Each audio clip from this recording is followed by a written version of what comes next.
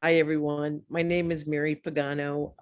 I am the founder for Hera TV, also board advisor. And I'm going to introduce you to a really lovely woman from India, Toolika Rani, and she's going to tell her story. Welcome, Toolika. I'm glad you're here. Thank you so much, ma'am. It's such a pleasure to connect with you. Yes, great, great. So, Toolika, I want to start out and ask you a question about your childhood. What was that like? I grew up amidst nature, and I was a child of nature, I would say. So I used to look at the stars, I used to look at the sky and the trees and flowers around me and the butterflies. So I was very fascinated by all the natural elements. And I suppose I took my life lessons very early from the nature itself, because we, as a component of nature, learn from it if we observe it closely and deeply. So I used to see the sunset and sunrise, and I made a connection between the two. So I always thought that now the sun is setting in the evening and there will be a dark night, but it is very sure to rise again tomorrow morning. So that means nothing is permanent. This circle of rising and going down is a continuous link, and we shall not be dejected when the night comes. And we should have the hope that yes, it is going to be the dawn again. So, similarly, I used to look at the sky and see its vastness. So, I thought that perhaps every human being is also vast like the sky. We have the potential to become vast like the sky. And that is why we shall explore everything that we have within us. And we have a huge potential inside us, which we do not generally tap into. So my childhood was like this. And I used to, I never thought in terms of being a girl, because I always looked at myself as a person with immense potential and possibilities. So, whatever decisions I took in my life later on, also, it was from this perspective. So, I would say that yes, I had a childhood which was very, very rooted. I love that. So, have you lived in India all your life? Yes, that's the truth that I was born in North India. It's in the center of the India, very close to Delhi, just 45 minutes flying time away from Delhi. So, but I have traveled around the world, ma'am, because of my mountaineering expeditions. I have had the chance to visit Iran, as well as Africa, Russia, and Nepal, Bhutan, of course. So I have had mountaineering expeditions in all those countries and had the opportunity to interact with people from different cultures. This is one of my interests, to delve into different cultures and the ways of life that we human beings on this planet have devised, and find the underlying similarities. So, interacting with people from all parts of the globe, this is what I have realized, that we might live in a different kind of a system, and we have different kind of customs and beliefs, and and the superficial differences in our Mhm. appearances, perhaps in our ways of life, day to day life, but at the underlying level, we all have the same aspirations, same challenges, and same emotional needs. We So do that know is what I have realized. Yes. that is very true.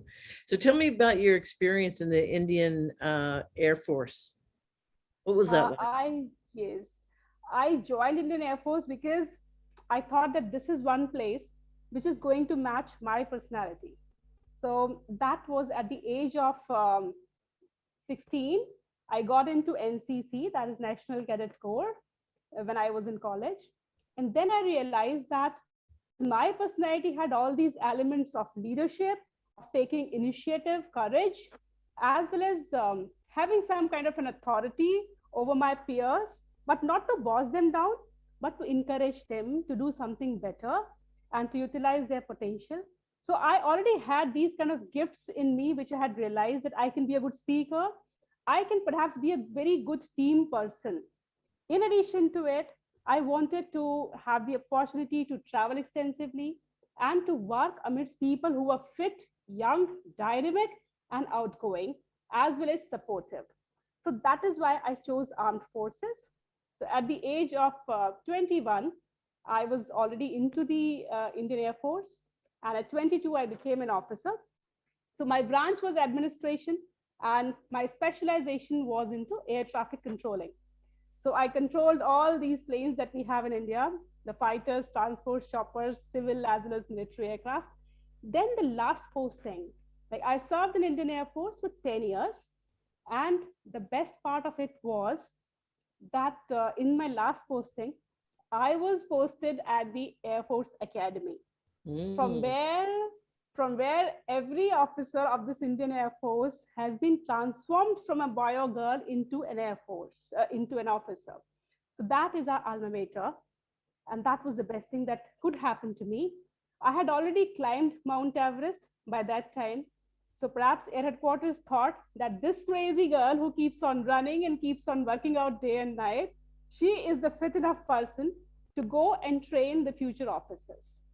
So these more than 2 years of a tenure in Air Force Academy as an outdoor training instructor was the best period of my life, because I could see how through teamwork, through motivation, and a sustained effort on the part of the instructors as well as the trainees, and through a sustained and structured program, a person, a raw boy or girl, can be transformed into somebody who can take responsibility, not only of oneself, but also of other people who they will be leading later on. Also, the responsibility of guarding the nation's boundaries and its territory, its integrity. So that was the best part that I enjoyed in Air Force. The potential within a person is so immense, ma'am, that when we encourage somebody to actually realize and utilize it, they can do wonders. So I used to observe my cadets. I used to work out with them. I grew as a person myself, and I saw them growing as a person.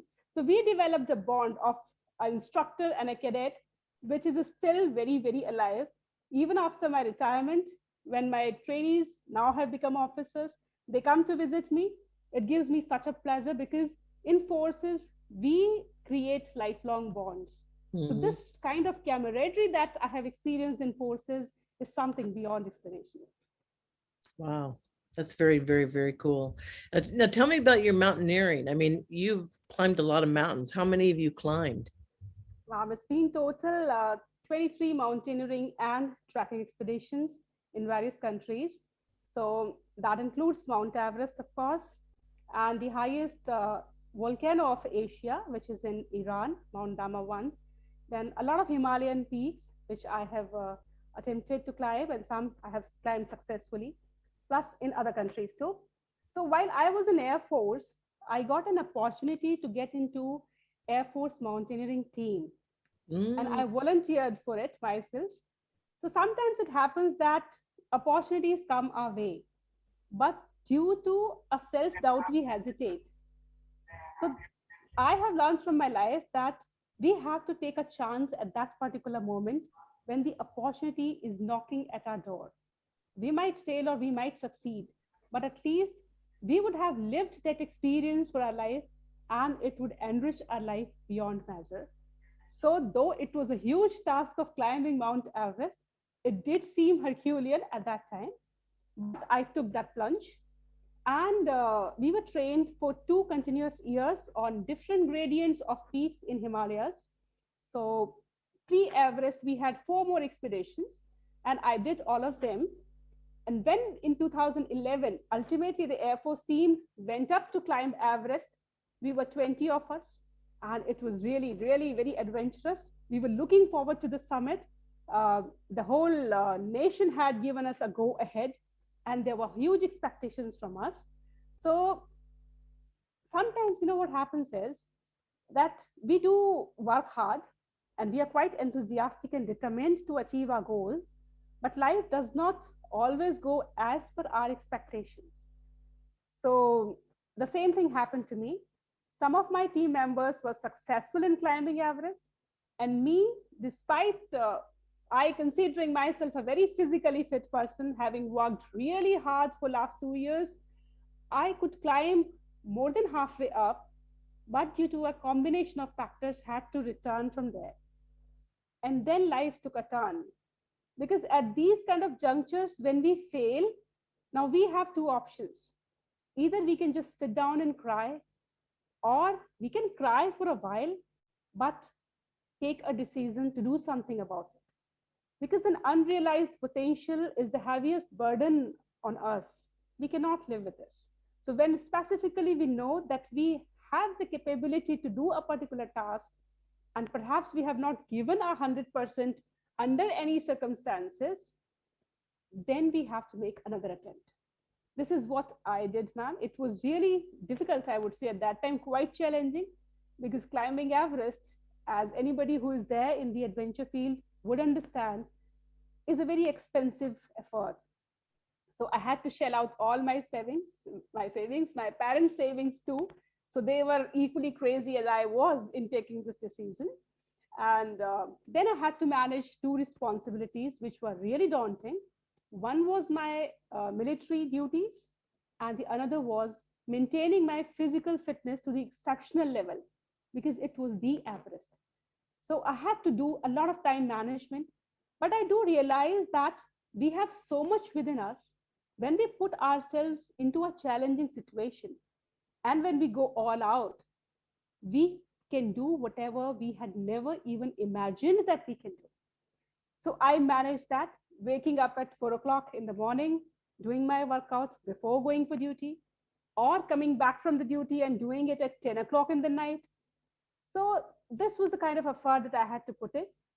But in the next year itself, in 2012, I did go again to climb Mount Everest. It was again a very, very eventful climb for me, because a lot of times I had to go up and come down again.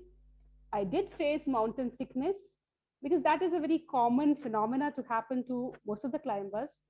And the altitude is such, human bodies are not meant to live at that altitude. So our bodies take some time to adjust to the lack of oxygen there, lack of pressure over there.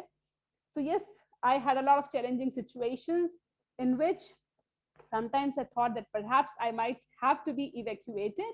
I had a very severe chest pain during my acclimatization procedure, and I had to come down from Camp 3. So due to that AMS, one night I was just sitting, holding my chest in severe pain and thinking that, God, I'm not going to give up. I realized one thing during all my experiences of these years, ma'am, be it in military or be it in the mountaineering, that our human body responds to the signals from our mind in a very magnificent manner. So the control of our body, of any outcome of our effort, is in our mind. So I have realized this power of mind over the body and over everything else in this world, because I told my body that my task is not yet over. You cannot leave me at this point in the lurch. I cannot give up. So next morning when I woke up, I went to a doctor and he checked my vital parameters and everything was all right. So I did recovered in a few days, went up again and climbed to the top of Everest in 2012. That was my experience. But when I came back, it was again a very, very challenging thing that happened on the way to summit. I had a situation of happening, of encountering frostbite-like situations when I was doing my summit leg. So that was above 8,000 meters, that's 26,000 feet. And I was climbing in the night. It was really cold, temperature going up to minus 30 degrees centigrade. And then I started feeling cold in my foot. So it was a situation again whether I should go down or I should continue. So am I putting my life at risk and my limb on the risk of amputation? So should I continue or should I get down? So I don't advise that in these kind of situations, we have to take a foolhardy action. No. We have to be brave, yes. We have to challenge our physical limits, yes, but with a calculative measure. So I did take all those calculations. I took an anti-frostbite pill, but that only had a limited effect. But still, I continued with that pain all throughout the night.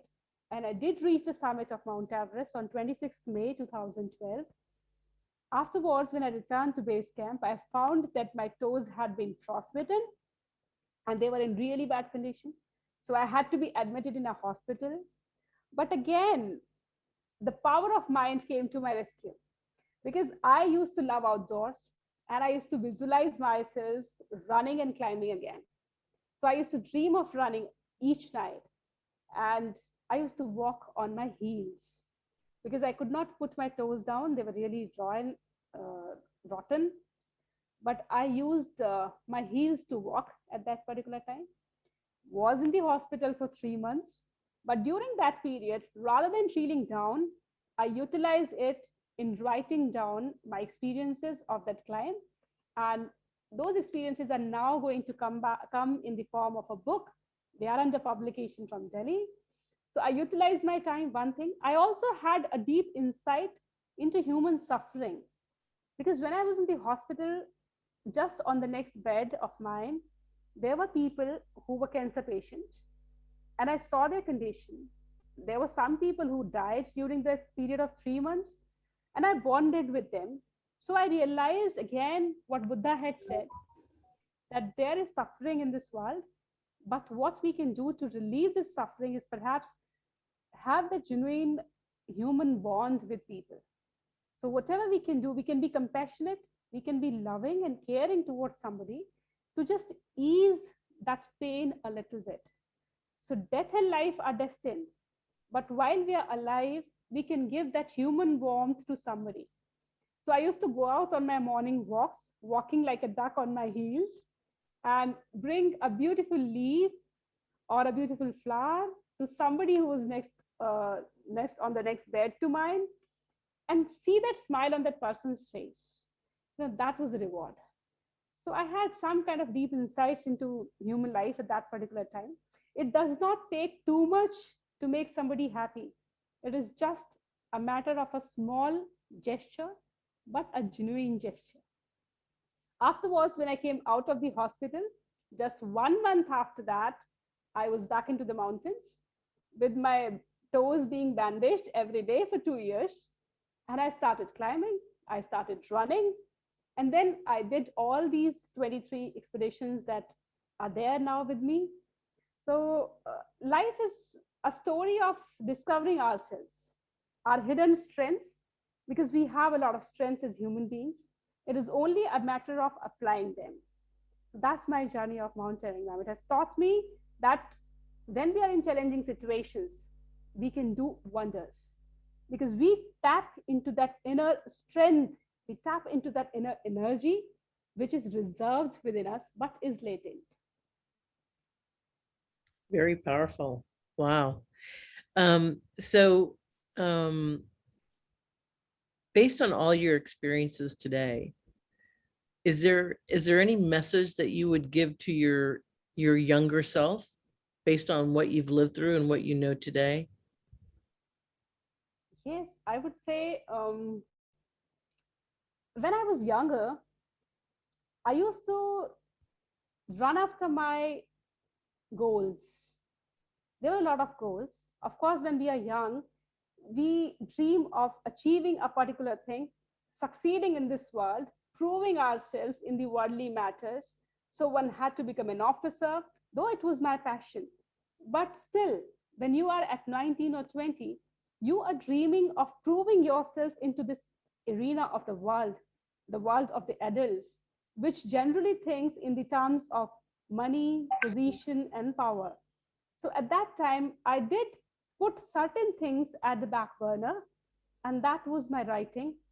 So I loved to write as a child also. I wrote my first poem when I was in class third at 7 years of my age. So generally, I would, when I saw a perfect weather, beautiful weather, clouds, and amidst nature, I would feel like writing automatically. But at the back of my mind, there would be a voice which would say that I have to study because perhaps my exams are coming, I have an assignment to do, so I have to study. So all my life, I kept on suppressing this voice which told me that there is a normal, natural urge to write. So now what I have started doing it is that I take out time for these natural tendencies of mine. So these are some cravings that we as human beings suppress within ourselves due to some more practical worldly reasons. And perhaps that is why when it is built up over the years, it builds a lot of frustration somewhere. And that is what I have learned, that we don't need to live with these frustrations, which we ourselves impose on us.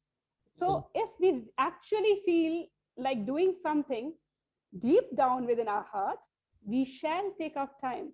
See, time will keep on running. There will always be assignments and deadlines. There will always be this race in this world. But we don't necessarily have to be a part of this race all the time. So this is what I have been doing. I have been writing a series of short stories now. The title is Fountain of Hope. So hope is this common thread running through all my short stories. And because we have a very difficult time in the entire world, rather, in India specifically, in this Yeah. COVID crisis, so Mhm. what I have learned again, seeing the sufferings of people, is that it is hope. Along with the physical material resources, it is again the mind, the emotions, and hope and faith which can sail us through toughest of times in our lives. So, as human beings, what we can do at the most is spread this positivity, spread this hope, and this genuine connection of human to human, that you are not alone in this tough time. Somebody is there who understands. Somebody is there, even if they are not physically with us, they are with us in emotions. They are with us in understanding of this pain, and with us in giving us hope that this time shall pass. So this is what I have been doing. Yes, that's brilliant. So is there anything that you haven't done that you want to do? Yes, I suppose I would write more and I would speak more. Now, this is one thing which I have discovered again within myself, which was there with me right from my childhood, speaking. Because words, I feel, have a lot of power. Words, whether they be spoken or written, they can change this world. Whether we see in history any revolution, any kind of political transformation, any kind of human evolution, that has always been preceded by words. The power of intellect, the power of emotions expressed through the words. So, this is my one quest, to connect with people all around the globe. I am now a motivational speaker, and I have delivered talks on some prestigious platforms like TEDx, Toastmasters, as well as Wiki, Rotary International. Now I'm speaking to you, and I'm sure that I would reach wider audience to you also, ma'am. But this is my quest and mission, because ideas, what are we as human beings if not ideas and emotions? We have not yet become machines. Though we have surrounded ourselves with digital things, Mhm. they, they can also be used to enhance this human connection. So I do believe that all those people we believe in, we might be of any religion, we might be of any caste, creed, and origin of birth. But as human beings, we have very many similar things. And this oneness of human family has to be brought to the fore. There is good and bad in this world itself. I am on a mission to increase the ratio of goodness, and that ratio of the bad will automatically decrease. Very cool, very cool. So Hera is building a city for all genders, all religions, all nationalities, um, and with a strong theme of in honor of women. So the location is to be determined. We're in discussions with several countries right now at this point. As a woman leader, what would you say would be an important thing to have in this city? A place where women as well as men can walk, live as human beings. That's what I realized when I was growing in an Indian society. But I would say this is not specific only to Indian society or Asian societies, it is world over. We have again compartmentalized ourselves into genders.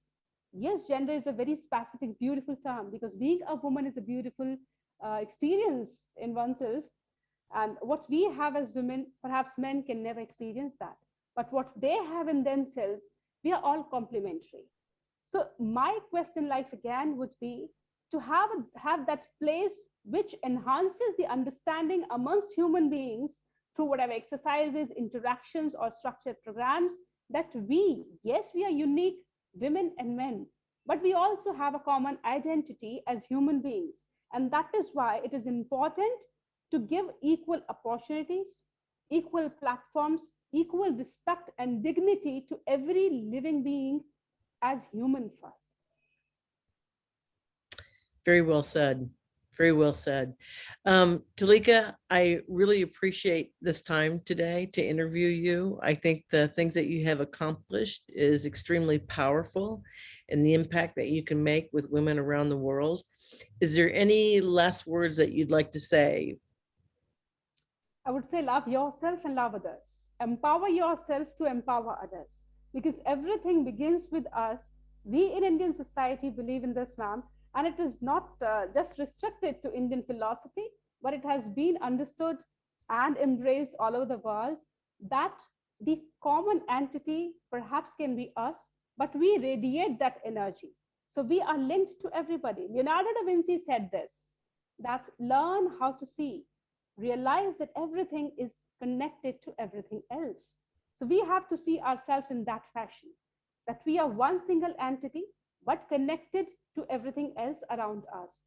So whatever we do today has a wider impact, not only on us, but also on everything around us. So be it in our actions or our words, we have to realize this.